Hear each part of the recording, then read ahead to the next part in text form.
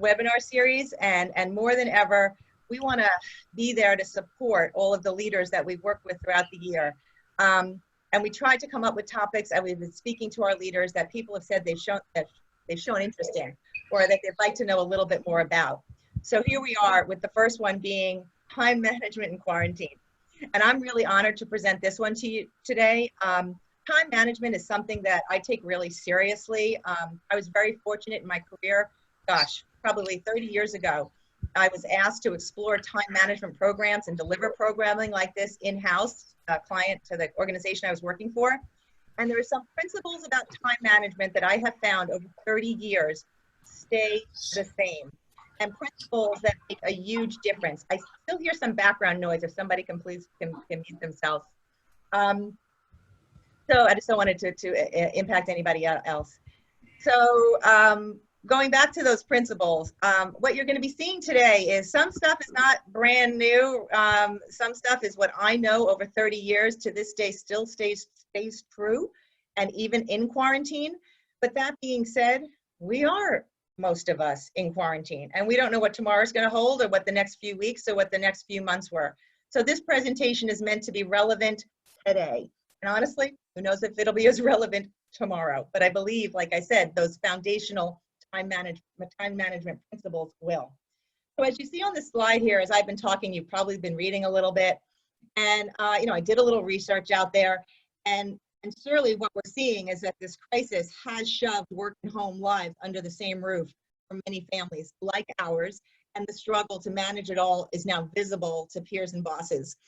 Probably if you're like me, you're using a lot of Zoom, and I was on a call yesterday with one of the leaders. Their cat was walking right in front of them, and she was sort of pushing it away. I was on another one where I heard somebody's little son, talking, and she said right behind me, well, she's doing her homework.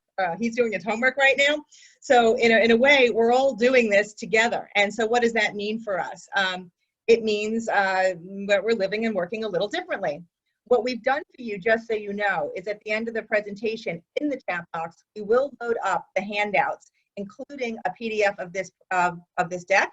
And we've set this up. So for example, where you see what will work-life balance look like after the pandemic, you'll be able to click on that in your PDF, and it will take you to an article that is available through Harvard Business Review around this topic.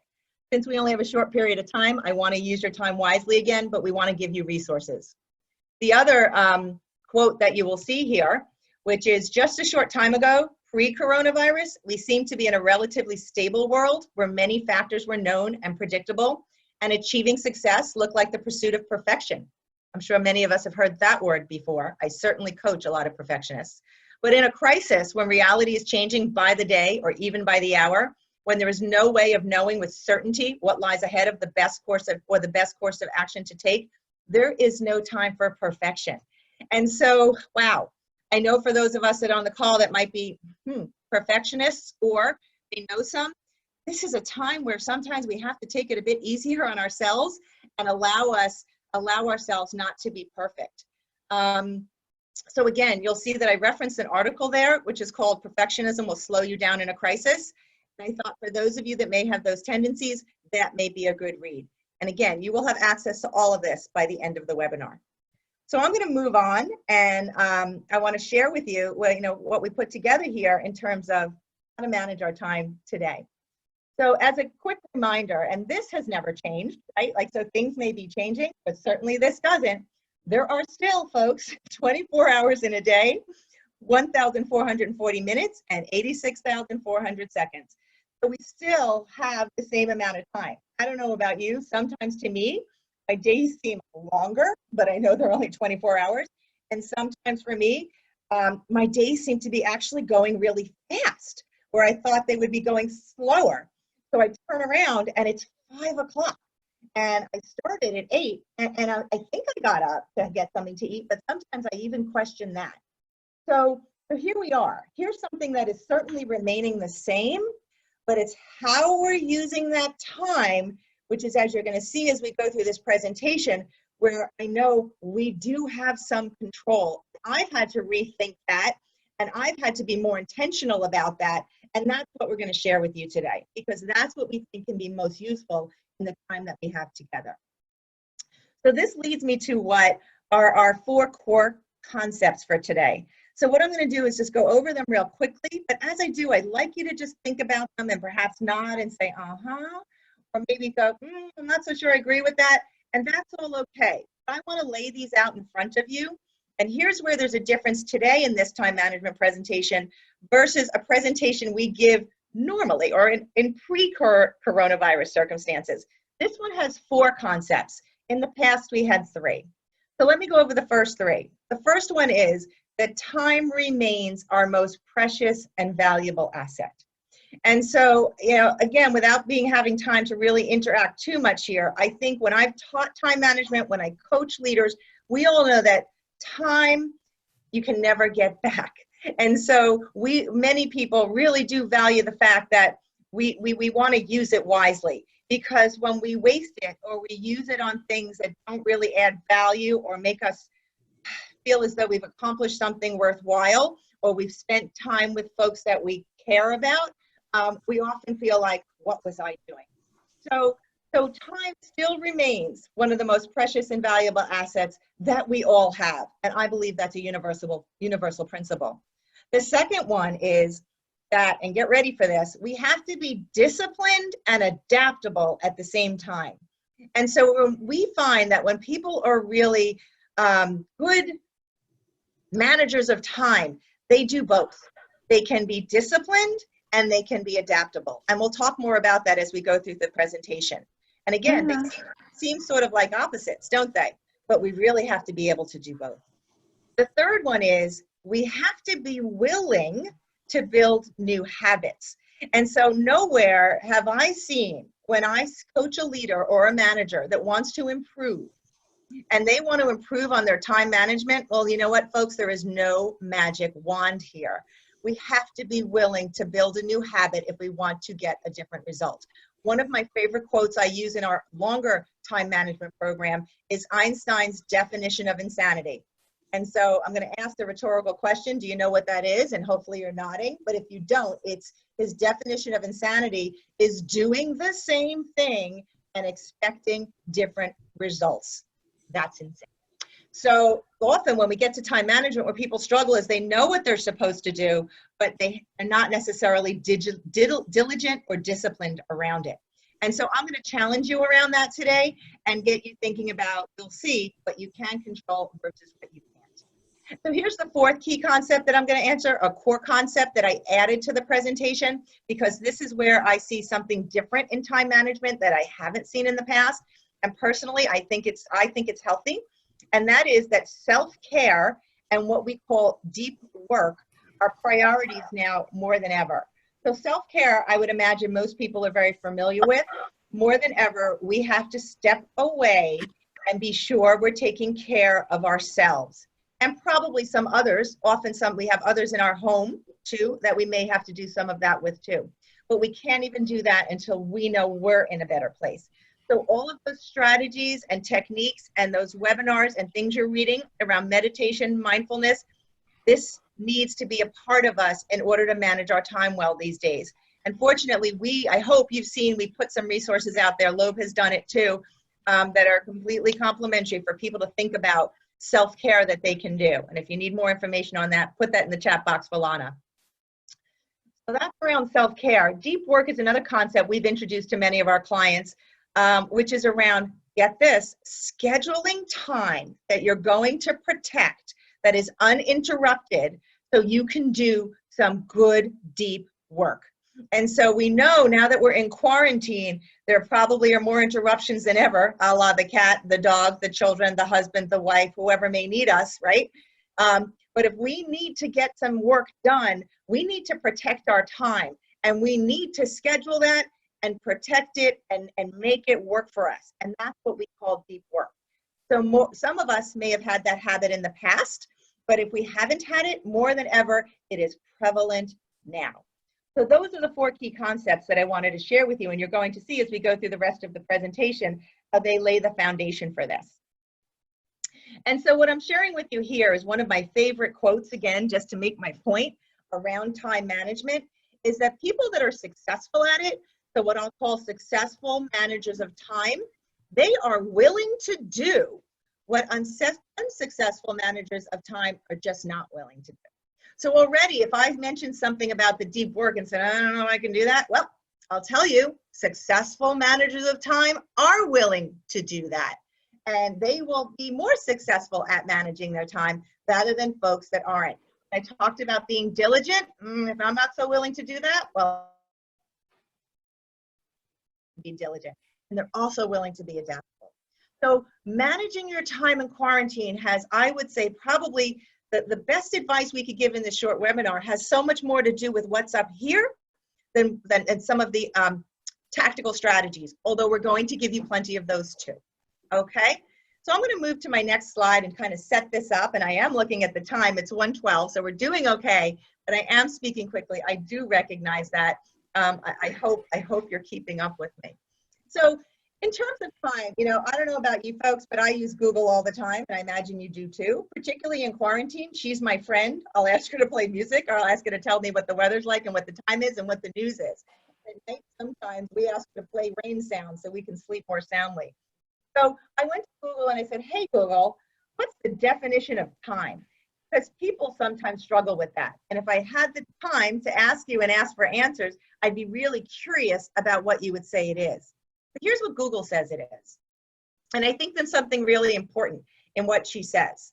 It's the indefinite, by the way, right? Continued, ongoing progress of existence, okay? And events in the past, present, and future regarded as a whole. Now, I would love one day to take the time and have the time to sit with all of you over a bottle of wine or a coffee and talk about this in more detail, but we can't on this short webinar. So I highlighted for you the key piece of what Miss Google says around time management and the definition. And to help us work through this, it's events. So I want you to think about time right now and as events, because we can't manage existence, but we can manage events, or we can choose to take more control there. So what do I mean by that? I mean exactly this, and it's one of my favorite lines when I'm coaching someone around time management or doing a time management workshop. If we don't control the events in our lives, the events in our lives will control us. I'm just going to give at least the 10 seconds that it needs to sink in. If we don't control the events in our lives, the events in our lives will control us. And so here's a picture, as you see, the hurrier I go, the behinder I get. I think this is a great metaphor for us. If I can give this to you in a practical sense, when I'm coaching someone around time management, those individuals that come in immediately in the morning and start their workday going to their email, I'll say, well, so what happens when you start with your email? They go, well, I spend my whole morning, a couple hours on email, and all of a sudden it's lunch and I've got nothing done. Right. There they go. They have just allowed the events in their email to control their time. Now, I'm not saying that's not a good use of time for them, maybe there. This is what they have to decide. But I know for me, if I don't schedule the time that I want to go through my emails, or if I don't set a limit on the time where I'm going to stop looking at my emails and start getting to work, I may not get there. Okay, so email is a perfect driver where it can start to control us rather than us controlling it. So we really need to be thinking about the things we need to do during the day, and we need to be thinking about when we're going to do them. Okay, and really put some stakes in the sand to begin to control them. What I'm also going to say there is one of my favorite lines is when you say yes to something or someone, you're saying no to something else and someone else. Okay, so really this is about having control. What do we want to say yes to and what do we want to say no to? So a lot of time management is not just principles, it's also around communication and being comfortable to set boundaries. So here's something else I want to place in front of you, and I want you to think about, and I'm going to tell a brief story to help you hopefully internalize this.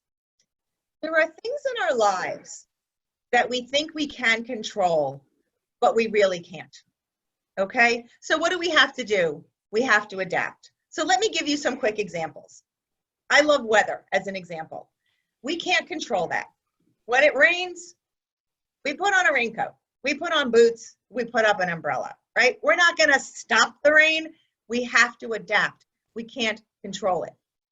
there's something else out there right now that we can't control. And here it is, COVID-19, right? We can't control this. What can we do? Well, I don't know about you, but we've been told here in New York, and also in New Jersey, that we can wear masks, or we should be wearing masks when we're outside right now. So I even heard our governor saying, well, I can't make you do it, but we want you to do it, and we can tell you it's necessary. So in this case, here's a picture of my daughter and I when we got our masks, and wearing them to adapt when we're outside. And for those of you that are still struggling a little bit, I always love to use the toddler example, because sometimes people think they can control their children. And if there's anyone here on the webinar that has toddlers, I bet you can tell me, oh no, I can't.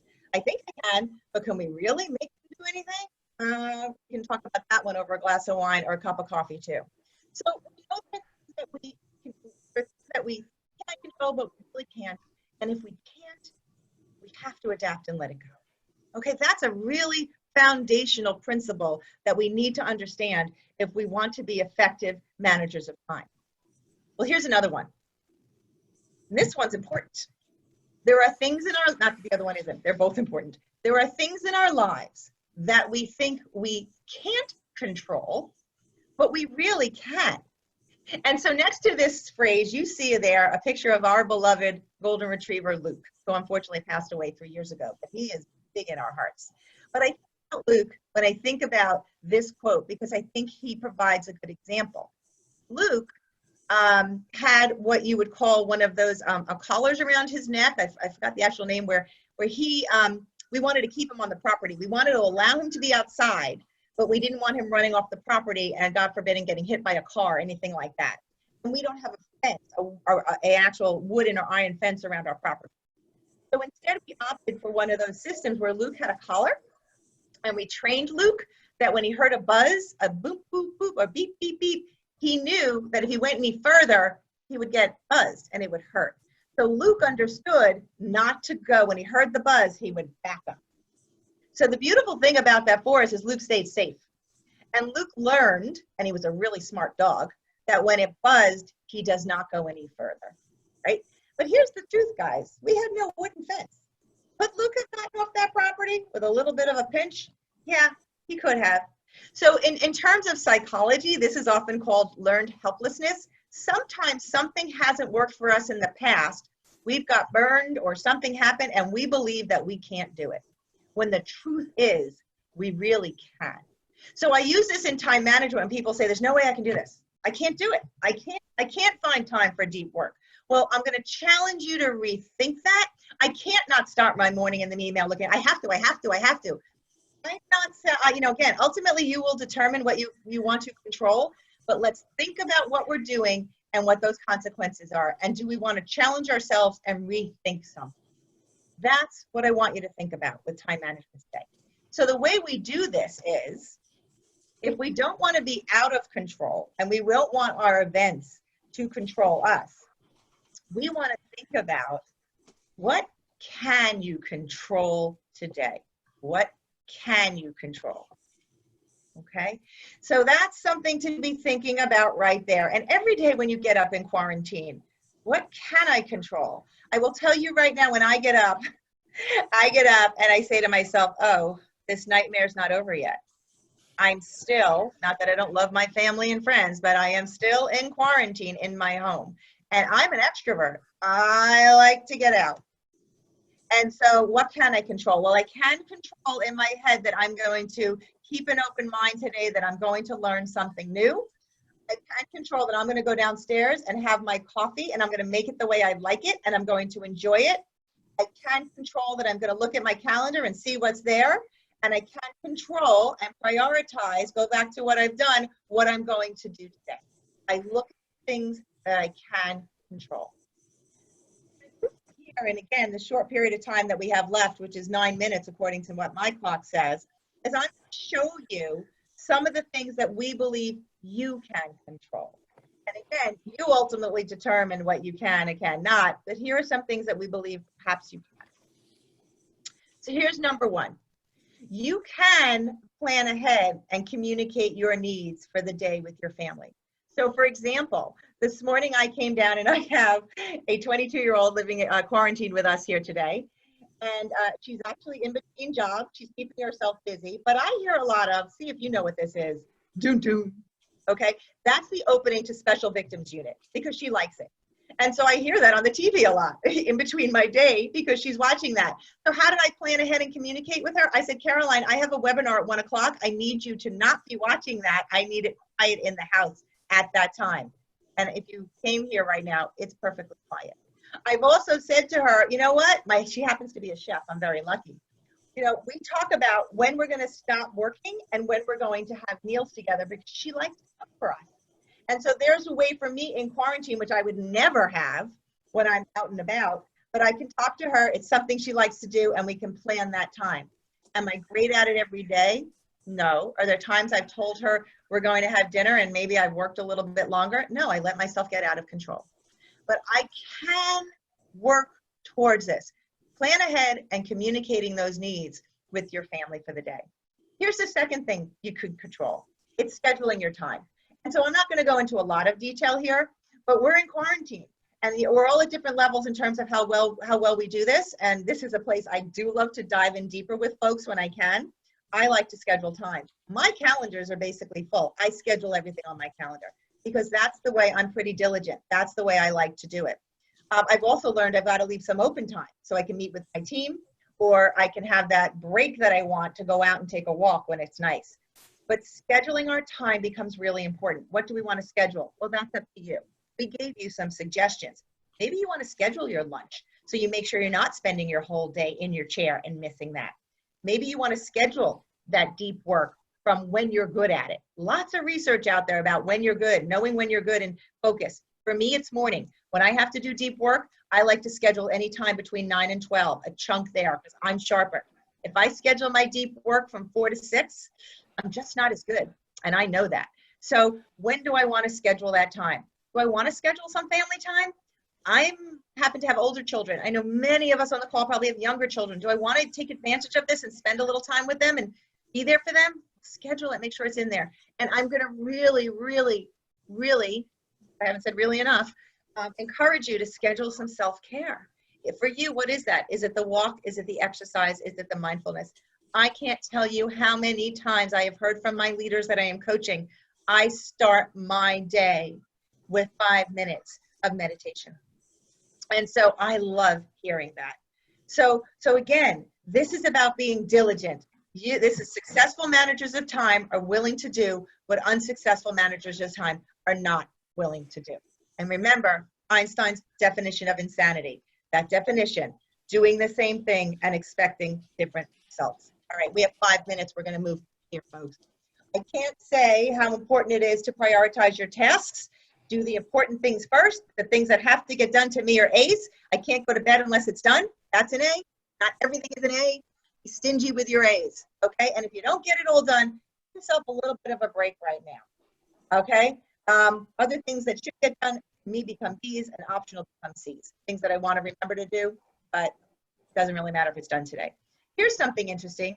Avoid multitasking. How do you like that? A ton of research on it's better that we do one thing at a time rather than trying to do more than one. A lot of research. We're going to give you a link later at the end of the workshop that shares more information on that. But that's where the brain research has gone.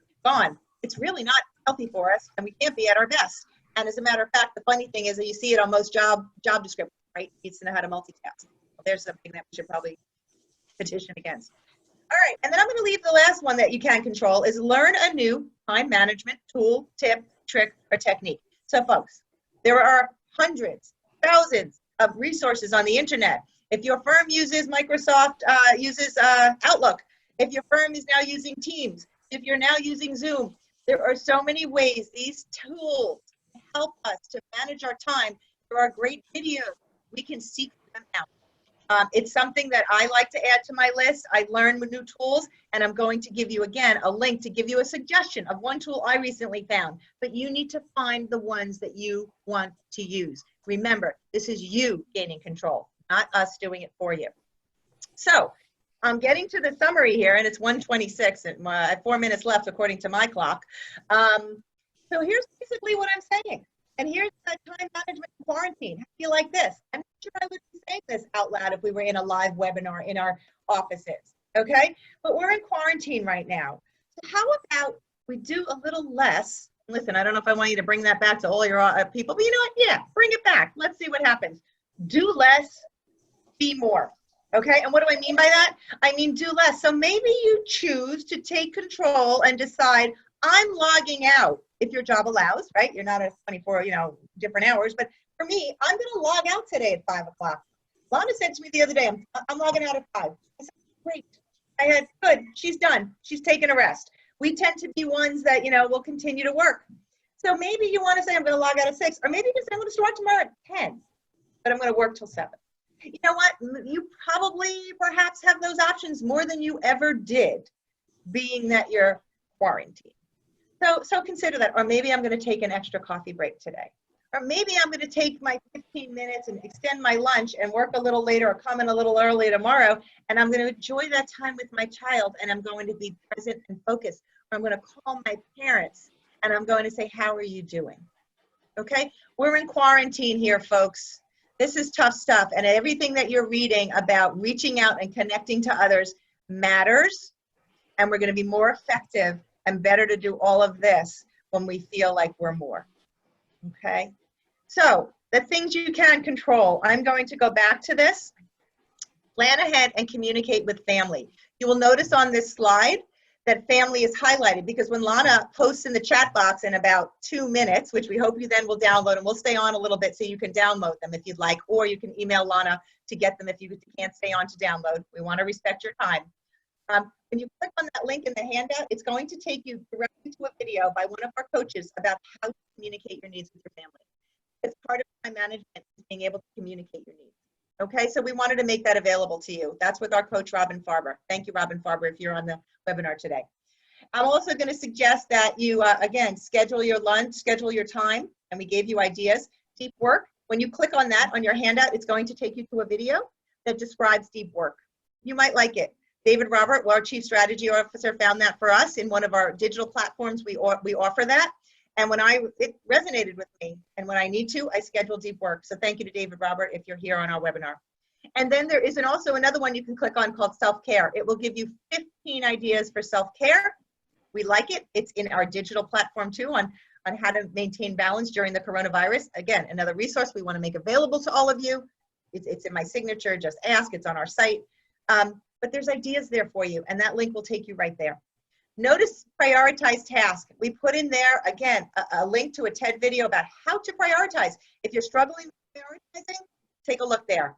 Avoid multitasking. If you're struggling with that, click there, take a look there. And if you'd like to learn a new time management tip, trick, or technique, that one's going to take you to how to use Planner in Microsoft Outlook. Okay, great tool. We're using it, new for us. Maybe you'll like it. Again, you need to find the tool that you want. And I'm hoping by clicking on there that perhaps you'll find something you like. Well, this takes it. Oh, last one, it's 1:30. Keep a journal. Wanted to use that, and there's a link there. We have a handout. We'll have a lot of information from people that we surveyed on how to stay productive and balanced at this time. This is a handout that Lana's going to provide. Lots of tips and tricks from your colleagues in legal world. Here you are, the 4 core concepts. They all make sense. And with that, at 1:30, I think I made it. I am going to put questions, but we don't really have time for questions, so you can put them in the chat box or send them to me. But I'm going to ask Lana to go ahead and post those. You'll download them.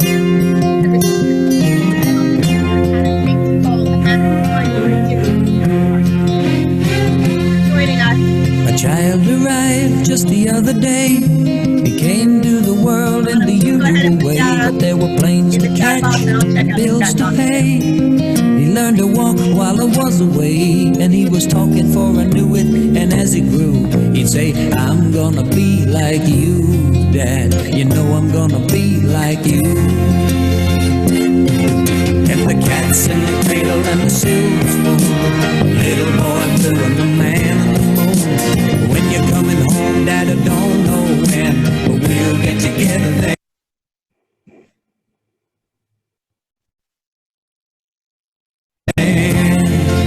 You know we'll have a good time then.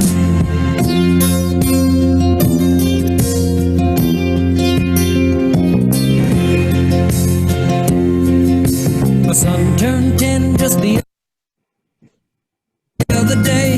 He said, thanks for the ball, Dad, come on, let's play. Can you teach me to throw? I said, not today, I got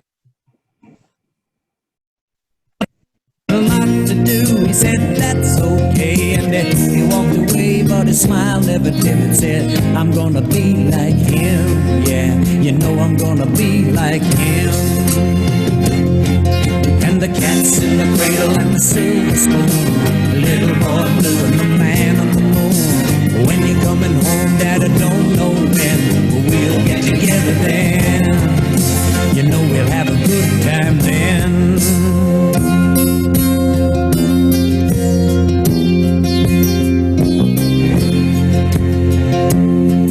Well, it came from college just the other day, so much like a man I just had to say, son, I'm proud of you, can you sit for a while? He shook his head and he said with a smile, what I'd really like, Dad, is to borrow the car keys. See you later, can I have them please?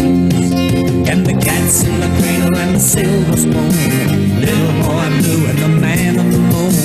When you're coming home, son, I don't know when, but we'll get together then, Dad, you know we'll have a good time then.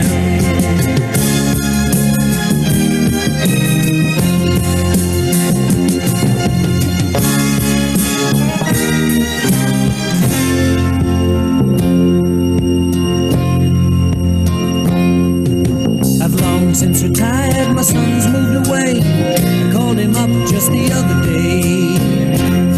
I said, I'd like to see you if you don't mind. He said, I'd love to, Dad, if I can find the time. You see, my new job's a hassle and the kids are the flu, but it's sure nice talking to you, Dad. It's been sure nice talking to you. And as I hung up the phone, it occurred to me, he'd grown up just like me. My boy was just like me. And the cat's in the cradle and the silver spoon, little boy blue and the man on the moon. When you're coming home, son, I don't know when, but we'll get together then, Dad. We're gonna have a good time then.